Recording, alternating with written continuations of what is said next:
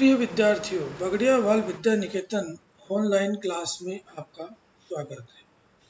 आज हम पढ़ रहे हैं कक्षा 7 हिंदी बसंत अध्याय 5 मिठाई वाले का तीसरा भाग, जिसमें भगवती प्रसाद वाजपेयी ने हमें ये बता रहे हैं कि एक प्रतिष्ठित व्यक्ति का चित्रण करते हुए बता रहे हैं कि जो असमय अपनी पत्नी व बच्चों को खो देता है, तो वह कभी मिठाई, कभी खिलौने, कभी मुरली लेकर मिठाई वाले, खिलौने वाले और मुरली वाला बनकर घर घर जाकर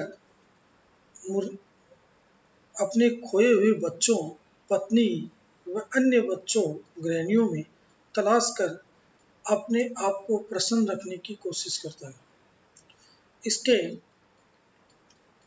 पाठ में पूर्व की 2 क्लासों में हमने जो पढ़ा उसकी पुनरावृत्ति हम करते हैं कि सबसे पहले वह व्यक्ति एक खिलौने वाला बनकर आता है।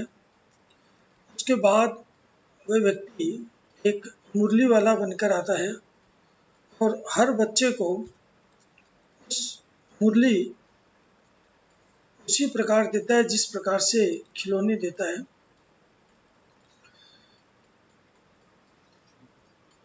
6 महीने के बाद जब वह मुरली लेकर आता है और उसी तरह बच्चों को वह मुरली बजाता है, तो लोग उसकी मुरली देखकर ये कल्पना करते हैं कि ये वह खिलौने वाले जैसा ही लगता है। उसी नगर में रहने वाले विजय बाबू का परिवार, जिनकी पत्नी रोहिणी जब इस मुरली वाले के बारे में सुनती है, तो वह अपने पति विजय बाबू को उस मुरली वाले से अपने बेटे चुन्नू मुन्नू के लिए खिलौने मुरली लाने के लिए कहती है। विजय बाबू मुरली वाले को आवाज़ देते हैं और मुरली के भाव के बारे में पूछते हैं। उसी समय मुरली बजाता है। आस पास में जो बच्चे दौड़कर आते हैं वो इतने मदहोश होकर दौड़ते हैं कि किसी की टोपी की जाती है, किसी का जूता पार्क में छूट जाता है, किसी का पाजामा खुल जाता है और इस तरह दौड़ते हाँफते हुए बच्चों का झुंड वहाँ आ जाता है। आज हम इससे आगे पढ़ेंगे। एक स्वर से सब बोल उठे, अम्बी ले दे मुरली और अम्बी ले दे मुरली, यानी हमें भी मुरली दे दे, हमें भी मुरली दे दे। मुरली वाला हर्ष गदगद हो उठा। मुरली वाला उनकी आवाज़ सुनकर बहुत प्रसन्न हुआ। बोला, सबको देंगे भैया, लेकिन जरा रुको, ठहरो, एक एक को आने दो। अभी इतनी जल्दी हम कहीं लौट थोड़ी जाएंगे। बेचने तो आई हैं और है भी। इस समय मेरे पास 1-2 नहीं, पूरी 57। फिर मुरली वाले ने विजय बाबू के प्रश्न का जवाब दिया। हाँ बाबूजी, क्या पूछा था आपने? कितने में दी? दी तो वैसे 3-3 पैसे के हिसाब से है, पर आपको 2-2 पैसे में ही दे दूंगा। विजय बाबू भीतर बाहर दोनों रूपों में मुस्कुरा दिए। मन ही मन कहने लगे, कैसा है? देता तो सबको इसी भाव से है, पर मुझ पर उल्टा एहसान लाद रहा है।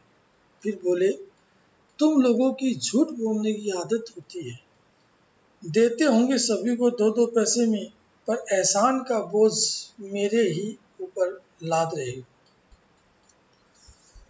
मुरली वाला एकदम अप्रतिभ हो उठा। उसको बड़ा आश्चर्य हुआ उनकी इस बात से। बोला, आपको क्या पता बाबूजी कि इनकी असली लागत क्या है? यह तो ग्राहक का दस्तूर होता है कि दुकानदार चाहे हानि उठाकर चीज क्यों न बेचे, पर ग्राहक यही समझते हैं दुकानदार मुझे लूट रहा है। आप भला काहे को विश्वास करेंगे? लेकिन सच पूछिए तो बाबूजी, असली दाम 2 ही पैसा है। आप कहीं से 2 पैसे में ये मुरली नहीं पा सकते। मैंने तो पूरी 1000 बनवाई थी, तब मुझे इस भाव पड़ी है। विजय बाबू बोले, अच्छा मुझे ज्यादा वक्त नहीं, जल्दी से 2 ठो निकाल दो, यानी 2 निकाल दो। 2 मुरलियां लेकर विजय बाबू फिर मकान के भीतर पहुंच गए। मुरली वाला देर तक उन बच्चों के झुंड में मुरलियां बेचता रहा। उसके पास कई रंग की मुरलियां थी। बच्चे जो रंग पसंद करते, मुरली वाला उसी रंग की मुरली निकाल देता। यह बड़ी अच्छी मुरली है, तुम यही ले लो। राजा बाबू, तुम्हारे लायक तो बस यही है। हाँ भैया, तुमको वही देंगे। ये लो। तुमको वैसी नहीं चाहिए? यह नारंगी रंग की। अच्छा वही लो।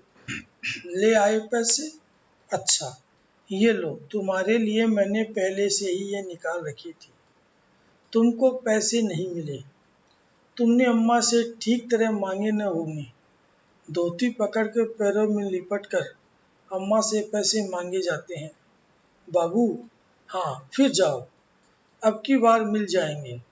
दुअन्नी है तो क्या हुआ, ये लो पैसे, वापस लो। ठीक हो गया नहीं साहब, मिल गए पैसे।